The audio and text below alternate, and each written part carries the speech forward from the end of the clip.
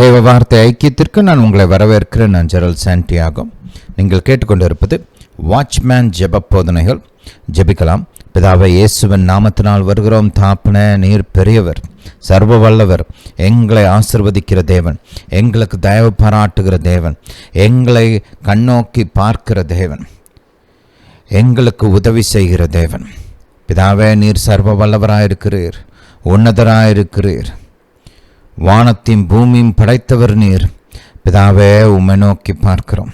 பிதாவே, நீர் மனுஷரின் ராஜ்யத்தில் கிரியை செய்கிறவராக இருக்கிறபடியால் ஸ்தோத்திரம். ராஜாக்களை தள்ளி ராஜாக்களை ஏற்படுத்துகிறவராக இருக்கிறபடியால் ஸ்தோத்திரம். தாப்பனே, இன்றும் கூட நீர் எங்களோடு கூட பேச வேண்டுமா ஜெபிக்கிறோம். உம்முடைய வார்த்தைகளை எங்களுக்கு போதிக்க வேண்டுமா ஜெபிக்கிறோம். எங்களுக்கு ஜெபத்தில் உம்முடைய ஞானம், புத்தி, அறிவு, வெளிச்சத்தை கொடுக்க வேண்டுமா ஜெபிக்கிறோம். ஜெபிக்க கற்றுத்தர வேண்டுமா ஜெபிக்கிறோம். பரிந்துரை செய்ய, ஜாமக்காரராக செயல்பட நீர் எங்களுக்கு கற்றுத்தர வேண்டுமா ஜெபிக்கிறோம். வழி நடத்த வேண்டுமா ஜெபிக்கிறோம். போதிக்க வேண்டுமா ஜெபிக்கிறோம். உன்னதர் பெரியவர் எங்கள் சார்பாக எங்களுக்கு உதவி செய்ய வேண்டுமா ஜெபிக்கிறோம். ஹல்லேலூயா, ஹல்லேலூயா டு ஜீசஸ். வானத்தையும் பூமியும் படைத்த தேவன் நீர். பிதாவே, உம்மால் எல்லாம் கூடும், உம்மால் ஆகாதது ஒன்றுமில்லை. பிதாவே, நீர் எங்களுக்கு இந்த காலத்திற்கு தேவையான சரியான வார்த்தைகளை கொடுக்க வேண்டுமா ஜெபிக்கிறோம். எங்களுக்கு வாழ்க்கைக்கு தேவையான பதில்களை கொடுக்க வேண்டுமா ஜெபிக்கிறோம். பிதாவே, உம்முடைய பலத்த கரத்தை நீட்டி மக்களை குணமாக்க வேண்டுமா ஜெபிக்கிறோம். அற்புதங்களையும் அடையாளங்களையும் இயேசுவின் நாமத்தினால் செய்ய வேண்டுமா ஜெபிக்கிறோம். தாப்பனே, உம்முடைய குணமாக்கும் அபிஷேகம் எல்லாவித வியாதிகள், நோய்கள், வலி, வேதனைகளை நீக்கட்டும். தாப்பனே, உம்முடைய அபிஷேகம் நுகங்களை முறிக்கட்டும், கட்டுகளை அவிழ்க்கட்டும், சுமைகளை நீக்கட்டும்.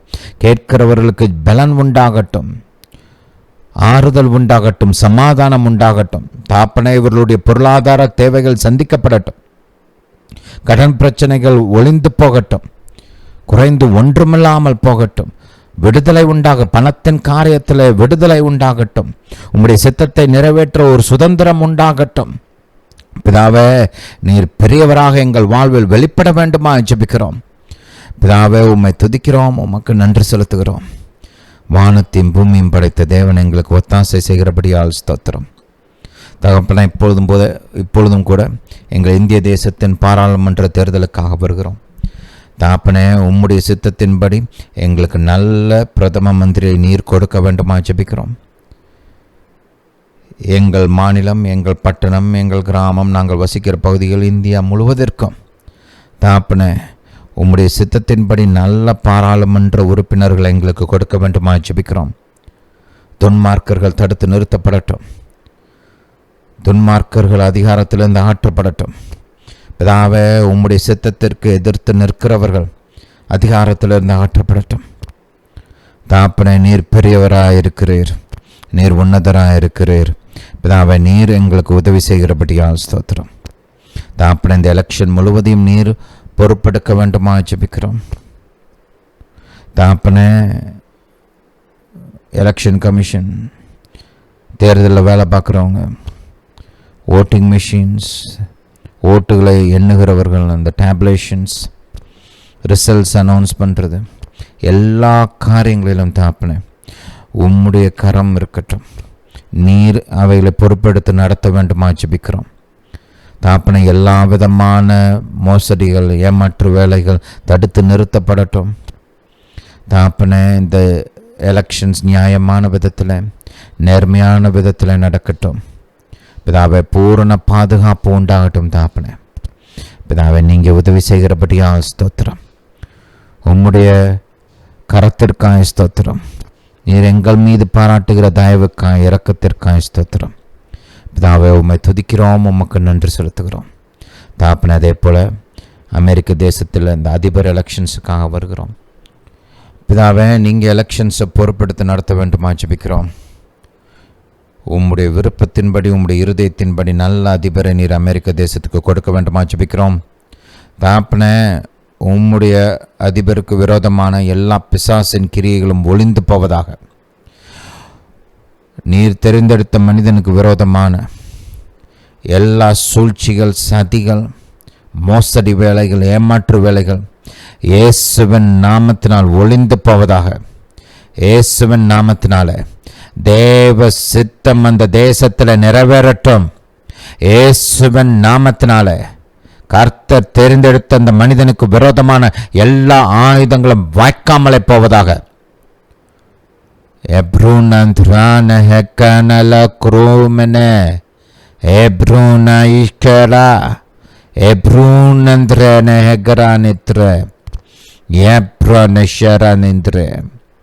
பிதாவே, உம்முடைய பலன் வெளிப்படட்டும்.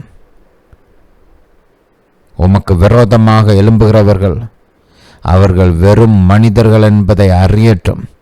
நாசியில் சுவாசமுள்ள மனிதர்கள் என்பது அவர்களுக்கு வெளிப்படட்டும்.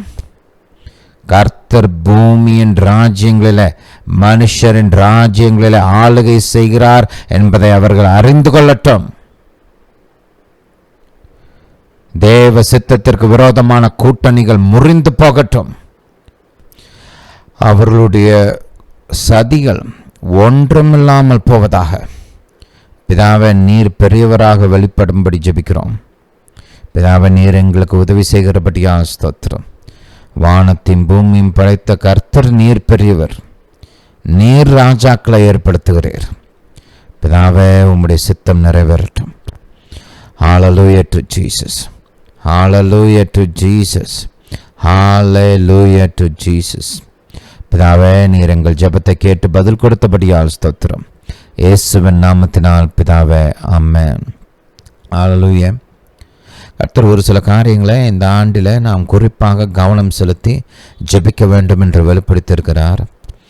அதன்படி நம்ம இந்த எலெக்ஷன்ஸுக்காக, இந்திய தேசத்தின் பாராளுமன்ற தேர்தலுக்காகவும் அமெரிக்க தேசத்தில் நடக்கிற அதிபர் தேர்தலுக்காகவும் ஜெபித்து கொண்டு வருகிறோம். தொடர்ந்து ஜெபிக்க போகிறோம், இதெல்லாம் நிறைவேறி முடியும் வரைக்கும். இது நீங்கள் என்னோடு சேர்ந்து இப்போ ஜெபித்தது மட்டுமல்லாமல் தனிப்பட்ட உங்களுடைய ஜெபத்தில் இந்த காரியங்களை குறித்து ஜெபிங்கள். இன்னும் ஒரு சில காரியங்களை கர்த்தர் வெளிப்படுத்தினார். நம்முடைய நியூ இயர் மெசேஜில் அதை குறித்து பேசியிருக்கிறோம் இல்லையா? 2024 ஆண்டை குறித்து என்ன அப்படின்னு ஒரு 2 மெசேஜ் பேசியிருக்கிறேன். அதை நீங்கள் கேட்டு அந்த காரியங்களை நோட் பண்ணி அந்த காரியங்களுக்காக குறிப்பாக ஜெபிங்க. முக்கியமான காரியங்கள். ஹல்லேலூயா. சரி, எபிரேயருக்கு எழுதின நிருபம். நாம் விசுவாசத்தை கட்டவிழ்ப்பது எப்படி என்பதை குறித்து தியானித்து கொண்டு வருகிறோம்.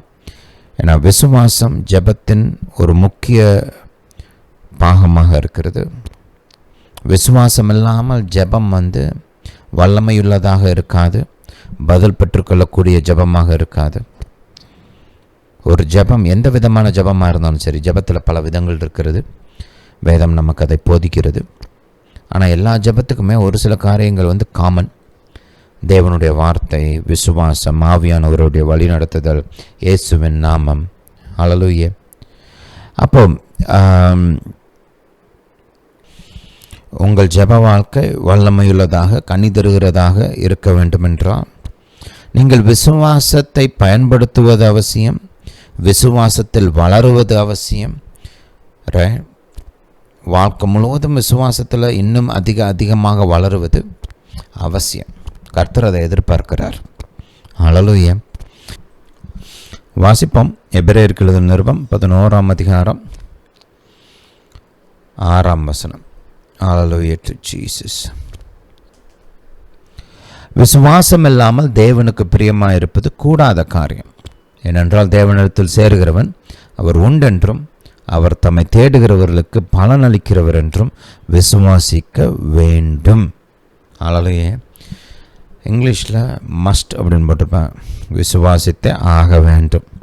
ஹல்லேலூயா. இது ஆப்ஷன் கிடையாது, இட்ஸ் அ மஸ்ட். ஹல்லேலூயா.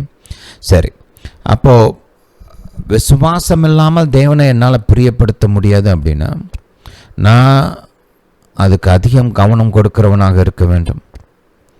அதில் வளருவதற்கு கவனம் கொடுக்கிறவனாக இருக்க வேண்டும். ஹல்லேலூயா. சரி, மார்க்குக்கு போகலாம். மார்க் எழுதின சுவிசேஷம் 11ஆம் அதிகாரம் 22ஆம் வசனத்திலிருந்து வாசிப்போம். இயேசு அவர்களை நோக்கி, தேவனிடத்தில் விசுவாசம் உள்ளவர்களாக இருங்கள். இது ஒரு கட்டளை பாருங்க. ரைட்? தேவனிடத்தில் விசுவாசம் உள்ளவர்களாய் இருங்கள். Have faith in God. அடுத்த 2 வசனங்களில் அந்த விசுவாசத்தை எப்படி கட்டவிழ்ப்பது என்பதை குறித்து தேவன் நமக்கு போதிக்கிறார். அதை வாசிச்சுட்டு அந்த காரியங்களை குறித்து கொஞ்சம் தியானிப்போம். 23ஆம் வசனம், எவன் நாகிலும் இந்த மலையை பார்த்து நீ பெயர்ந்து சமுத்திரத்தில் தள்ளுண்டு போ என்று சொல்லி தான் சொன்னபடியே நடக்கும் என்று தன் இருதயத்தில் சந்தேகப்படாமல் விசுவாசித்தால் அவன் சொன்னபடியே ஆகும் என்று மெய்யாகவே உங்களுக்கு சொல்லுகிறேன். அப்போ இந்த வசனத்தில் 23ஆம் வசனத்தில் நம்முடைய ஆண்டவராக இயேசு விசுவாசத்தை வார்த்தைகளின் மூலமாக கட்டவிழ்ப்பதை குறித்து போதிக்கிறார். 24ஆம் வசனத்தில், ஆதலால் நீங்கள் ஜெபம் பண்ணும்போது எவைகளை கேட்டுக்கொள்வீர்களோ அவைகளை பெற்றுக்கொள்வோம் என்று விசுவாசியுங்கள், அப்பொழுது அவைகள் உங்களுக்கு உண்டாகும் என்று சொல்லுகிறேன். ரைட். இங்கே 24ஆம் வசனத்தில் ஜெபத்தின் மூலமாக விசுவாசத்தை கட்டவிழ்ப்பதை குறித்து போதிக்கிறார். அல்லேலூயா. அப்போ விசுவாசம் 2 விதமாக கட்டவிழ்க்கப்படுகிறது. வார்த்தைகள் மூலமாக, ஜெபம் அல்லாமல் வெறும் வார்த்தைகள் மூலமாகவும் விசுவாசம் கட்டவிழ்க்கப்பட முடியும். அது குறித்து பல உதாரணங்களை நம்ம ஆல்ரெடி போன மெசேஜஸில் எல்லாம் பார்த்தோம். ஜெபத்தின் மூலமாகவும் விசுவாசம் கட்டவிழ்க்கப்படும். ரைட். 2 விதமாக கட்டவிழ்க்கப்படுகிறது. இன்னொரு பாயிண்ட்டை கவனிக்கணும். ஜெபத்திலையும் நம்ம என்ன பண்ணுறோம்? வார்த்தைகளை பேசி தானே ஜெபிக்கிறோம் இல்லையா? ரைட். ஜெபம் வார்த்தைகள் இல்லாமல் நம்ம பண்ணுறது கிடையாது. ரைட். வார்த்தைகளை பயன்படுத்தி தான் நம்ம ஜெபமும் மேறெடுக்கிறோம். அப்போ நம்ம ஒரு முடிவுக்கு வரலாம். என்ன முடிவு அப்படின்னா, விசுவாசம் வார்த்தைகளினால் கட்டவிழ்க்கப்படுகிறது. ஹல்லேலூயா, ஹல்லேலூயா டு ஜீசஸ். சரி, இன்றைக்கு நாம் விசுவாசத்தின் மூலமாக அதிகாரத்தை எப்படி பயன்படுத்துவது, அந்த அதிகாரத்தையும் வார்த்தைகளையும் எப்படி இணைத்து செயல்படுவது என்பதை குறித்து நம்ம பார்க்க போகிறோம். ஹல்லேலூயா. மார்க் எழுதின சுவிசேஷம் 4ஆம் அதிகாரம். மார்க் எழுதின சுவிசேஷம் 4ஆம் அதிகாரம்.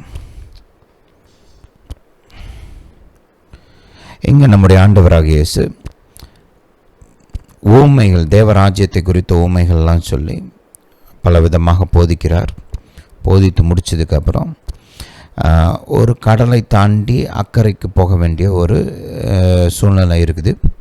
ஸோ அந்த பிரயாணத்தை குறித்த ஒரு போதனை, அது அப்போ நடந்த காரியங்களை குறித்த ஒரு போதனை இங்கே நமக்கு கொடுக்கப்பட்டிருக்கிறது.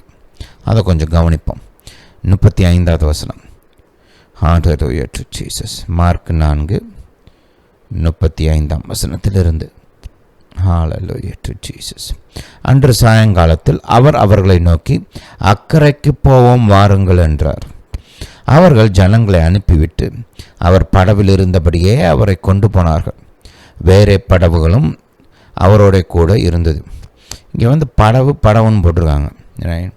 நம்ம படகு அப்படின்னா நம்மளுக்கு இந்த ஒரு சின்ன 6x2 ரைட், அந்த மாதிரி இத்தினோண்டு படகு தான் நமக்கு நம்ம மைண்டுக்கு வருது இல்லையா? ரைட். நிறைய நேரங்கள் இந்த இயேசுவை குறித்த இந்த சினிமாக்கள் இல்லையா, அந்த விதமாக சின்ன சின்ன படகு காமிக்கிறாங்க. ஆனால் நீங்கள் போய் கிரேக்க பாஷையில், ஆங்கிலத்தில் கூட பார்த்தீங்கன்னா படகு கிடையாது, ஷிப். ரைட், சொல்லுங்கள், ஷிப், கப்பல். ஹல்லேலூயா. இயேசு இருந்தது பெரிய கப்பல். அதை தவிர்த்து இந்த வேறே படகுகள்னு போட்டிருக்காங்களே, அங்கே சின்ன கப்பல்கள், ஸ்மால் ஷிப்ஸ். இயேசு இருந்தது கொஞ்சம் பெரிய பெரிய கப்பல். கூட வந்த கப்பல்கள் சின்னது. ஹல்லேலூயா. அதை மைண்டில் கொஞ்சம் வச்சுக்கோங்க. அப்பொழுது பலத்த காற்று உண்டாகி கப்பல் நிரம்பத்தக்கதாக அலைகள் அதன் மேல் மோதிற்று. அப்போ ஒரு பெரிய பலத்த சுழல் காற்று உண்டாகுது. அந்த காற்று கடலை கொந்தளிக்க செய்யுது. அந்த கடல் சும்மா கொந்தளிக்கல, காற்று உண்டாகுது. அந்த சுழல் காற்று பலத்த சுழல் காற்று. ரைட். இங்கிலீஷில் கிரேட் ஸ்டார்ம், பெரிய. அப்போது ஒரு பெரிய பலத்த சுழல் காற்று உண்டாகி அலைகள்லாம் பெருசு பெருசாக எழும்ப ஆரம்பிக்குது. கடல் ஆக்ரோஷமாக தாக்குது படகை. அப்போ அந்த கப்பல் நிரம்ப ஆரம்பிக்குது பாருங்கள், தண்ணினால் நிரம்ப ஆரம்பிக்குது. தண்ணி நிரம்ப ஆரம்பிச்சிருச்சுன்னா கப்பல் முங்கிரும். ஓரளவுக்கு தாக்கு பிடிக்கும். ஆனால் அதிகமாக நிரம்ப ஆரம்பிக்கும்போது ரைட். ஃபுல்லாக நிரம்பிருச்சுன்னா அவ்வளோதான், கப்பல் அப்படியே உள்ளே போயிடும். ரைட். அப்போ இது ஒரு உயிருக்கு ஆபத்தான சூழ்நிலை இங்கே. இது வந்து ஏதோ சாதாரண ஒரு பிரச்சனை கிடையாது, வாழ்க்கையே முடிந்து போகக்கூடிய ஒரு சூழ்நிலையில் அவங்க இருக்கிறாங்க, மரண தருவாயில் இருக்கிறாங்க. அந்த சூழ்நிலையில் அவங்க வந்து கர்த்தர்கிட்ட போய் ஒரு சில காரியங்கள் கேட்குறாங்க. அதை கொஞ்சம் கவனிப்போம். கப்பலின் பின்னணியத்தில் அவர் தலையணையை வைத்து நித்திரையாக இருந்தார். நம்ம சினிமாலெல்லாம் காமிக்கிற மாதிரி 6/2 இருந்துச்சுன்னா இந்த பின்னணியத்தில்ன்ற அந்த வார்த்தைக்கு அவசியமே கிடையாது. இத்தினோண்டு கப்பல் இருந்திருக்க வாய்ப்பில்லை, ஆனால் அப்படி காமிக்கிறாங்க இதிலெல்லாம் இல்லையா. நம்ம மைண்டில் கூட அந்த மாதிரி ஒரு சின்ன ஒரு படகு தான் ஞாபகம் இருக்குது. இவங்கெல்லாம் போராடிக்கிட்டு இருக்கிறாங்க, இவர் பின்னாடி தனியாக படுத்து தூங்குற அளவுக்கு இடம் இருக்குது. ரெண்டாவது, இது கொஞ்சம் மறைவான பகுதியாக இருக்குது. ஏன்னா அவ்வளவு தண்ணி வந்துருக்குது, காற்றடிக்குது. அதுக்கு மத்தியில் அவர் தூங்கணும்னா அதெல்லாம் அந்த காற்று இவரை பாதித்து அந்த தண்ணி இவர் மேலே பட்டு, ஏன்னா கப்பல் நிரம்புற அளவுக்கு தண்ணி வந்துருக்குது. அவர் என்ன மிதந்துக்கிட்டே தூங்கினாரா? தூங்க முடியுமா? அப்படி இல்லை இல்லையா. ஒரு சிலர் என்ன சொல்லுவாங்கன்னா, அவர் சும்மா தூங்குற மாதிரி ஆக்ட் பண்ணுறாரு, என்னென்ன இப்போ சீசர்கள் என்ன பண்ணுறாங்கன்னு பார்ப்போம் அப்படின்ற மாதிரி. ஆனால் ஏசப்பா அந்த மாதிரி ஏதாவது அவங்கள சோதிக்கிற மாதிரி ஏதாவது செஞ்சார்னா, இல்லை அப்படி ஏதாவது செய்கிற மாதிரி ஒரு ஆக்ட் பண்ணால், அதெல்லாம் பைபிளில் ப்ராப்பராக அப்படியே ரெக்கார்ட் பண்ணப்பட்டிருக்குது. உதாரணத்துக்கு பார்த்தீங்கன்னா, இந்த 5 அப்பம் 2 மீனை பெருக்கிறதுக்கு முன்னாடி பிலிப்பிட்ட கேட்குறாரு, இவங்களுக்கு சாப்பாடு கொடுக்கணுமே, என்ன பண்ணலாம் அப்படின்னு. ஏசப்பாவுக்கு என்ன பண்ண போகிறோம்னு தெரியும், ஆனால் சோதிக்கிறதுக்காக பிலிப்ட்டு அப்படி கேட்டார்னு பைபிளில் இருக்குது. இந்த எம்மாவுக்கு 2 சீஷர்கள் போனாங்க இல்லையா, அவங்க கூட ஏசப்பாவும் நடந்து போகிறாரு, அவங்களுக்கு வார்த்தைகளை போதிக்கிறாரு. அவங்க தங்குற இடம் வந்தோடனே ஏசப்பா முன்னாடி கடந்து வேறு ஊருக்கு போகிற மாதிரி கொஞ்சம் ஆக்ட் பண்ணுறாரு. அப்புறம் சீசர்கள், நீங்கள் எங்கள் கூட இன்றைக்கி லேட் ஆகிருச்சு, ராத்திரியாக போகுது, எங்கள் கூட இங்கே தங்கிருங்க அப்படின்னு அவங்க கூப்பிட்றாங்க இல்லையா. அப்படி ஏசப்பா அந்த மாதிரி ஆக்ட் பண்ணுற மாதிரி பண்ணால் அதுவும் கூட பைபிளில் ரெக்கார்ட் பண்ணப்பட்டிருக்குது. இங்கே அப்படிலாம் ஒன்றும் சொல்ல, அவர் தூங்கிக்கிட்டு இருந்தாருன்னு போட்டிருக்குது. தலையாணி வச்சு தூங்கிட்டு இருந்தாருன்னு ரொம்ப டீட்டெயில் வேறு. ஹல்லேலூயா. இதை பார்த்தீங்கன்னா இந்த யோனாவின் புஸ்தகம் தான் நமக்கு ஞாபகம் வருது இல்லையா. யோனா பாருங்கள், கர்த்தருடைய சித்தத்துக்கு கீழ்ப்படியாமல் கர்த்தர் நினைவை பட்டணத்துக்கு போகணுன்னு சொன்னால் இவர் தர்சீசி கிளம்பி போயிட்டுருக்கிறார் கப்பலில். இப்போ கர்த்தர் அங்கே ஒரு புயலை அனுப்பிவிட்றாரு. அனுப்பிவிட்டா கடல் கொந்தளிச்சுக்கிட்டு இருக்குது. அங்கே இருக்கிறவங்களாம் சாப்பிட்றோம்னா அவங்கவுங்க ஒவ்வொருத்தரும் அவங்கவுங்க தெய்வங்களை கும்பிட்டுக்கிட்டு இருக்கிறாங்க. இவர் ஜாலியாக தூங்கிட்டு இருக்கிறாரு. இவர் ஜெபம் பண்ணல. ஏன் ஜெபம் பண்ணான்னு கேட்டிங்கன்னா, ஏன் வந்திருக்குன்னு இவருக்கு தெரியும். ஏன் வந்திருக்குன்னு தெரிஞ்சும் தன்னுடைய அந்த பிடிவாதத்தை மாற்றிக்கிற மனம் அவருக்கு இல்லை.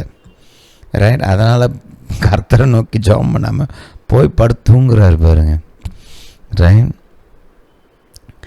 அவர் லோவர் டெக் மாதிரி கீழே அடியில் ஒரு இடத்துல இந்த காற்று தண்ணீர் இதெல்லாம் அவரை தொடாத ஒரு பகுதியில் அவர் போய் படுத்து தூங்கிட்டுருக்கிறார். இங்கே நடந்த காரியம் கிட்டத்தட்ட அந்த மாதிரி தான் இருக்குது இல்லையா. அப்போது பாருங்கள், ஏசப்பா நல்லா தூங்கிட்டு இருக்கிறார், ஆழ்ந்த நித்திரையில் இருக்கிறார். இவ்வளோ குழப்பம், சத்தம், புயல், தண்ணி இது மத்தியில் தூங்கணும்னா எவ்வளோ ஆழமான தூக்கமாக இருக்கணும் யோசிங்க. நல்லா தூங்கிட்டு இருக்கிறாரு. இதெல்லாம் நம்ம கற்றுக்கணும். ஒரு சிலருக்கு ஒரு சின்ன பிரச்சனை வந்துருச்சுன்னா அவ்வளோதான்.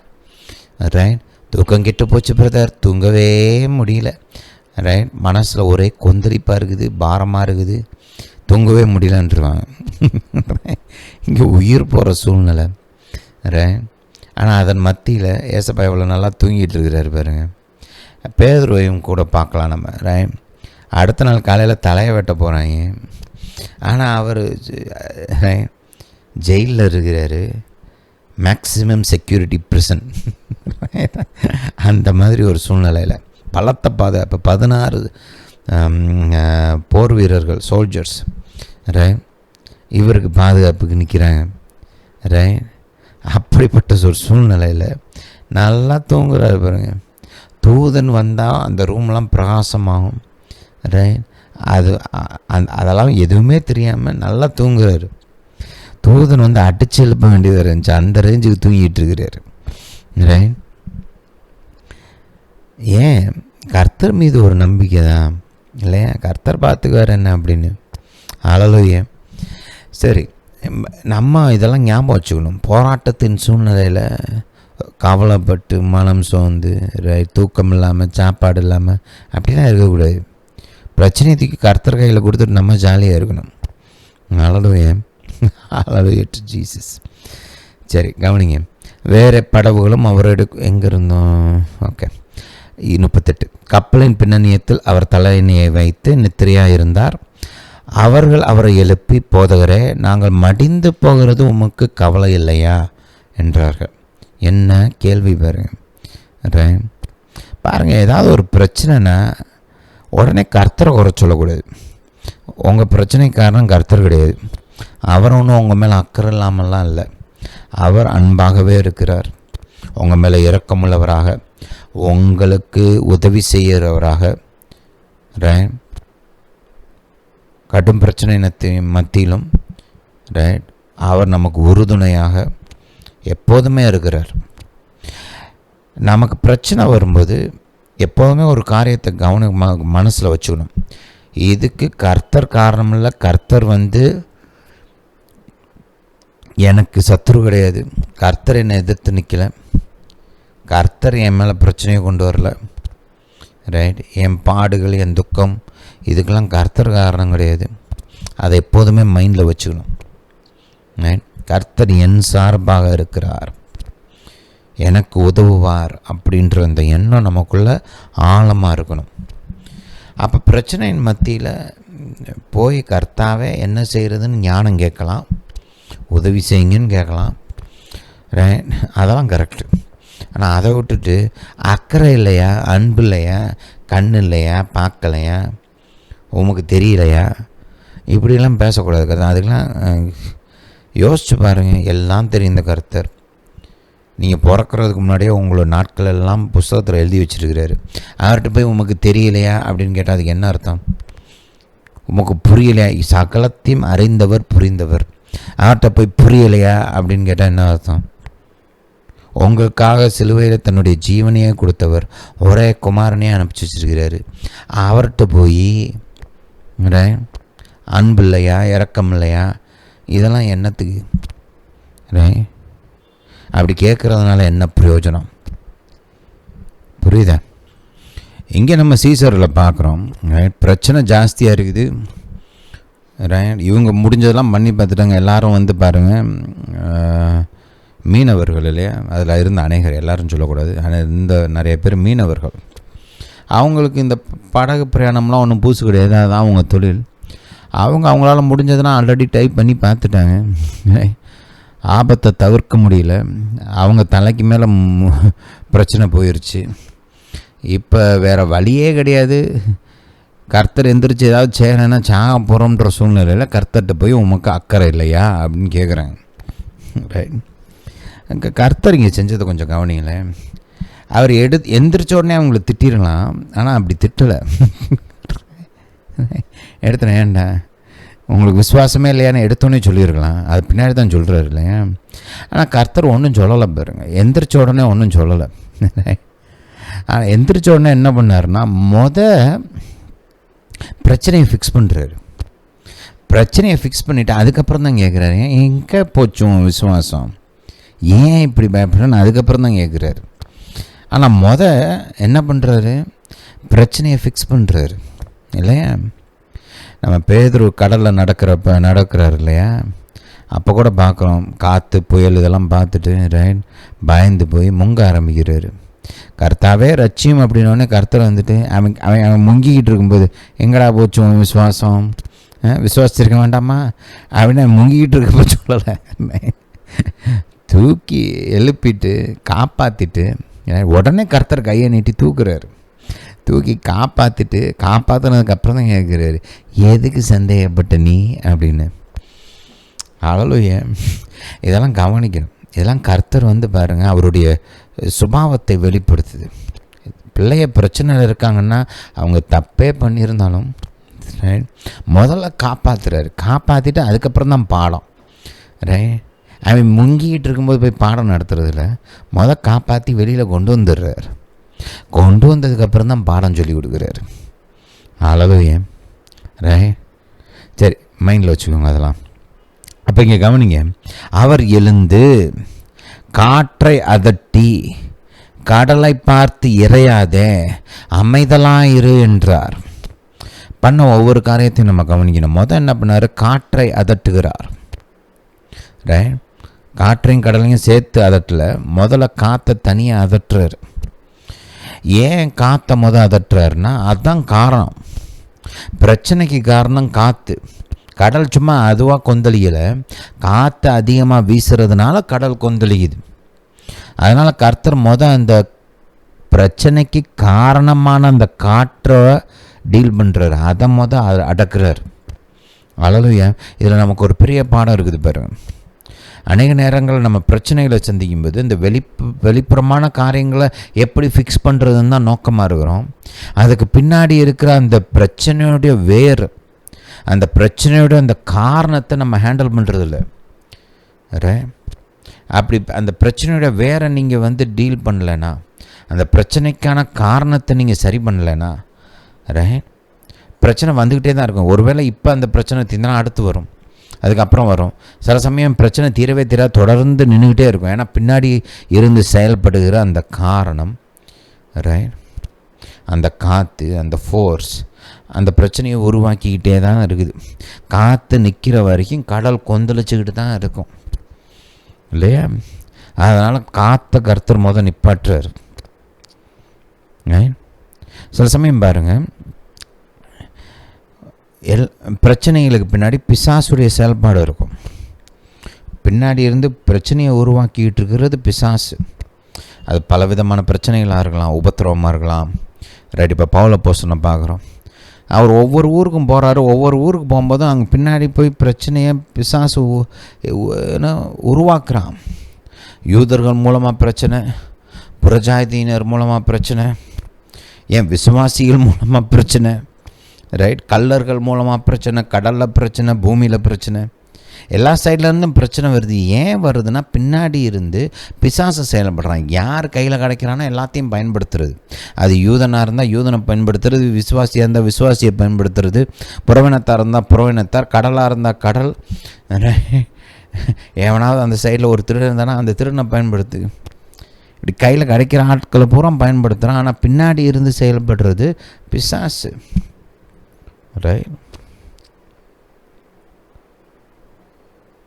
பாருங்கள், இந்த மாதிரி நமக்கு ஒரு பிரச்சனை தொடர்ந்து வந்துக்கிட்டே இருக்குது. சில சமயம் பார்க்குறோம், இங்கிட்டிருந்து பிரச்சனை வருது, அங்கிட்டிருந்து பிரச்சனை வருது, அந்த இன்னொரு சைட்லேருந்து வருது, வேறு சைட்லேருந்து வருது, எல்லா டைரக்ஷன்லேருந்தும் பிரச்சனை உருவாகுது. அப்படின்னா ஒரு காரியத்தை யோசிக்கணும். சரி, பின்னாடி இருந்து பிசாசு செயல்படுறான், அவனை கட்டணும், அவனுடைய கிரியைகளை கட்டணும். அவன் மேலே நமக்கு கர்த்தர் கொடுத்துருக்கிற அந்த அதிகாரத்தை பயன்படுத்தி, இயேசுவின் நாமத்தை பயன்படுத்தி அவனை அதட்டி அவனை கீழ்ப்படுத்தணும். அப்போ தான் இந்த பிரச்சனை நிற்கும். இங்கே பார்க்குறோம், காற்று நின்ன உடனே கடல் அமைதலாகுது. கர்த்தர் காற்றை அதட்டி அதை அடக்கிட்டு அதுக்கப்புறம் தான் கடலை பார்த்து சொல்கிறாரு, இறையாதே. சில சமயம் இந்த வியாதிகள்லாம் பார்க்குறோம், எல்லா வியாதியும் பிசாசு டைரெக்டாக பிசாசோட இன்வால்மெண்ட் இருக்குன்னு அர்த்தம் கிடையாது. ஆனால் வேதமே போதிக்குது நமக்கு, ஒரு சில வியாதிகளுக்கு பின்னாடி பிசாசோட ப்ரெசன்ஸே இருக்குது இல்லையா? இந்த கூனியான பெண்ணை பார்க்குறோம், 18 வருஷமாக குனிஞ்சிருக்கிறாங்க. கர்த்தர் பிசாசை விரட்டுறாரு, அந்த அம்மா நிமிந்துருச்சு இல்லையா? ஒரு சிலரை பார்க்குறோம், பேச முடியல, காது கேட்கல, ஏசப்பா ஒரு பிசாசை விரட்டி விடுறாரு, அதுக்கப்புறம் காது கேட்குது, பேச்சு வருது. அப்போ நம்ம என்ன பண்ணணும்? அந்த வியாதிகளை டீல் பண்ணும்போது அந்த பிசாசை விரட்டணும், அந்த பிசாசின் கிரியை காட்டணும். அதுக்கப்புறம் அந்த சரீரத்தின் மீது தேவனுடைய தெய்வீக சுகத்தை பேசணும். புரியுதா? ஒரு சில சமயம் பணம் வர தடையாக இருக்குது. பணம் எவ்வளோ ஜெபிக்கிறோம், விசுவாசிக்கிறோம், ஆனால் பணம் வரலை அப்படின்னா பிசாசு தடுத்துக்கிட்டு இருக்கிறான்னு அர்த்தம். அதனால் இயேசு நாமத்தில் பிசாசு என் பணத்துலேருந்து கையை எடு அப்படின்னு அவனுக்கு கட்டளை கொடுக்கணும். நீங்கள் அந்த கட்டளையை கொடுத்தீங்கன்னா, உங்கள் அதிகாரத்தை செயல்படுத்தினீங்கன்னா பணம் ரிலீஸ் ஆயிரும். புரியுதா? அதுக்கப்புறம் இயேசு நாமத்தில் தூதர்களுக்கு கட்டளை கொடுக்கணும், பணத்தை கொண்டு வாங்க அப்படின்னு. புரியுதா? இதெல்லாம் வேதத்தில் போதிக்கப்படுகிற காரியங்கள். பின்னாடி இருந்து செயல்படுகிற அந்த பிசாசின் கிரியையை நாம் இயேசுவின் நாமத்தில் நமக்கு கொடுக்கப்பட்ட அதிகாரத்தின்படி நாம் கட்ட வேண்டும். அந்த பிசாசின் கிரியைகளை கீழ்ப்படுத்தணும். அப்போ தான் விடுதலை உண்டாகும், பிரச்சனை தீரும், தெய்வீக சுகம் உண்டாகும். இதெல்லாம் நம்ம ப்ராக்டிஸ் பண்ண வேண்டியது அவசியம். இது ஆவியானவருடைய உறுதுணை நமக்கு தேவை. ஆவியானவருடைய வழிநடத்தல் இதனால தான் நாடணும். ஏன்னா அவர் கரெக்டாக சொல்லிக் கொடுப்பார் என்ன பண்ணணும் அப்படின்னு. புரியுது? ஒரு சில பிரச்சனைகளுக்கெல்லாம் தொடர்ந்து வந்துட்டுருக்குன்னு ஆவியானவர்கிட்ட கேட்கணும், கர்த்தாவே இதை குறித்து என்ன ஞானம் கொடுங்க, என்ன சூழ்நிலை வெளிப்படுத்துங்க அப்படின்னு ஆவியானவர் காண்பிப்பார். என்ன செய்யணும், எப்படி ஜெபிக்கணும் எல்லாம் காமிப்பார். அல்லேலூயா, ஹல்லேலூயா டு ஜீசஸ். அப்போ நல்லா மனசில் வச்சுக்கோங்க, இந்த காற்றை அடக்கணும். காற்றை அடைச்சா தான் கடல் கொந்தளிக்கிறது நிற்கும். பிசாசின் கிரியைகளை நீங்கள் கட்டி பிசாசின் கிரியைகளை கீழ்ப்படுத்தினா தான் ஒரு சில பிரச்சனைகள்லாம் தீரும், வியாதிகள்லாம் அப்போ தான் மறையும், ஒரு சில பணப்பிரச்சனைகள்லாம் அப்போ தான் தீர்ந்து போகும். அவ்வளோதான், இதெல்லாம் மைண்டில் வச்சுக்கோங்க. சரி, அடுத்து கவனிங்க.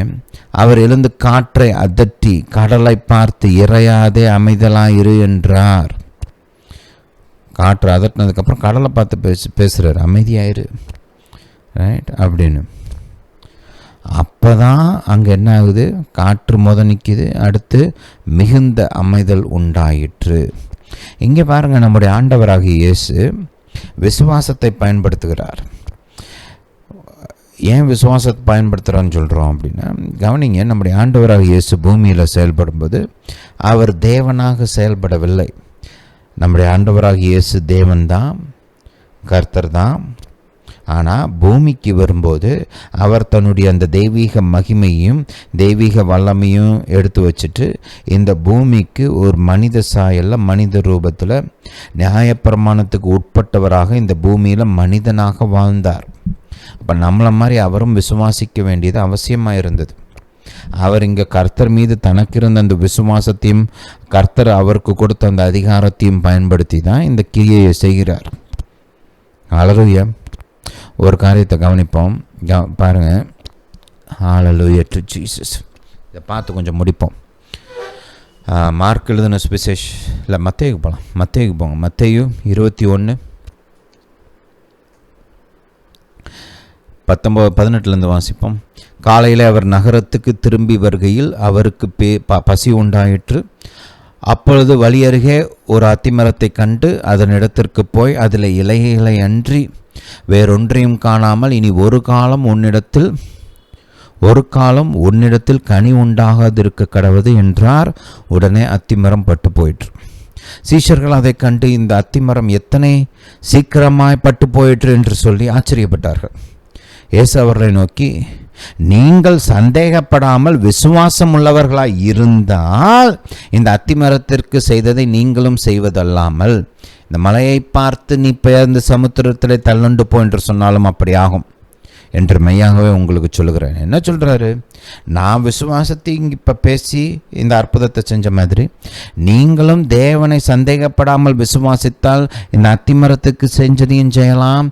ஏன் அதை காட்டிலும் நீங்கள் ஒரு பெரிய மலையை பார்த்து நீ பெயர்ந்து சமுத்திரத்தில் போய் உழுன்னு சொன்னாலும் அது உழும். ஹல்லேலூயா டு ஜீசஸ். புரியுதா? அதனால தான் பாருங்கள், நாமும் நம்முடைய விசுவாசத்தை பயன்படுத்தி கர்த்தர் நமக்கு கொடுத்த அந்த அதிகாரத்தையும் இயேசுவின் நாமத்தையும் பயன்படுத்த வேண்டும். அந்த விசுவாசத்தையும் அந்த அதிகாரத்தையும் நாம் கட்டவிழ்த்து விட வேண்டும். அப்போ தான் ஒரு சில சூழ்நிலைகளில் நமக்கு வெற்றி உண்டாகும். இந்த இடத்துல நம்முடைய ஆண்டவராகிய இயேசு ஜெபிக்கலை. பல இடங்களில் ஆண்டவராகிய இயேசு ஜெபிக்கிறாரு. ஆனால் இந்த இடத்துல அவர் ஜெபிக்கலை. அதுக்கு பதிலாக தனக்கு கொடுக்கப்பட்ட அந்த அதிகாரத்தை பயன்படுத்துகிறார், விசுவாசத்தோடு பயன்படுத்துகிறார். தன்னுடைய அதிகாரத்தையும் விசுவாசத்தையும் வார்த்தைகள் மூலமாக கட்டவிழ்த்து விடுகிறார். புரியுதா? ஹல்லேலூயா, ஹல்லேலூயா டு ஜீசஸ். அதனால் நம்ம ஜெபிக்கும்போது இந்த விதமாகவும் செயல்பட கற்றுக்கொள்ள வேண்டும். எல்லா நேரத்திலையும் கர்த்தாவே ஏதாவது செய்யுங்கன்னு ஜெபிச்சுட்டு இருக்கக்கூடாது. ரைட்? சில நேரங்களில் ரைட் பல விதமான நேரங்களில் நாம் அதிகாரத்தை பயன்படுத்த வேண்டியது அவசியமாக இருக்கிறது. ரைட்? விசுவாசத்தை வார்த்தையினால் கட்டவிழ்த்து விட வேண்டியது அவசியமாக இருக்கிறது. ஹல்லேலூயா, ஹல்லேலூயா டு ஜீசஸ். சரி, இந்த காரியங்களை குறித்து அடுத்த மெசேஜில் தொடர்ந்து தியானிக்கலாம். இந்த போதனை கேட்டபடியால் நன்றி. கர்த்தர் உங்களை ஆசீர்வதிப்பாராக. நம்முடைய இயேசு ராஜா சீக்கிரம் வருகிறார்.